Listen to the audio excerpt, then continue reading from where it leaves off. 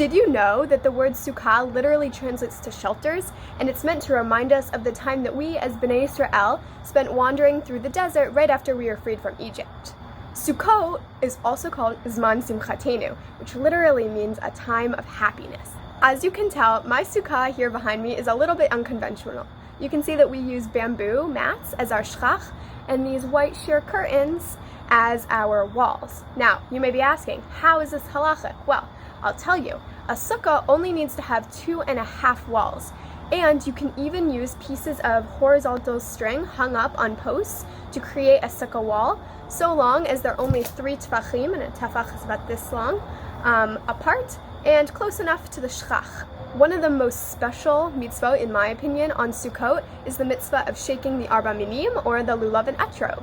And the lulav and etrog are made up of, over here, you have the HADAS, which is the myrtle. Here you have the palm branch, which is the lulav part. This is a willow or an ARAVA.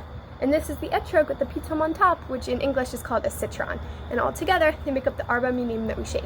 Each of the 4 species represents ta'am, taste, and reach, which means smell. The taste is really a symbol for someone that studies lots of Torah, and the reach, or the smell, symbolizes someone that does a lot of mitzvot, or good deeds. The etrog has this beautiful citrusy smell and also has a taste that you can cut up and cook with, but I wouldn't recommend that because that has lots of pesticides. But anyways, since it has a taste and a smell, that represents a person who's done lots of good deeds and also studies a lot of Torah. Is a very pious person, you could say. Another really cool thing about the etrog is that you're supposed to pick an etrog that has no blemishes and is perfect in your own eyes. And this really gives the chance for an individual to define what beauty means to them. And speaking of beauty, here are some other e-boarders celebrating the Chag beautifully in their own sukkah. Hey CRUSY, here's my sukkah. Quick little tour for you guys. We got these totally cute, metallic almost decorations. We've got this very cute, I think it's a menorah.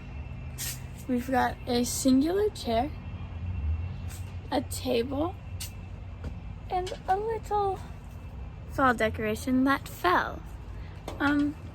This is my sukkah. It's small, but it's perfect. We love it. There's some fake leaves. I love my sukkah. It's your President Emily here in my makeshift sukkah since mine fell down during the rainstorm. Chag Sameach! Happy Sukkot!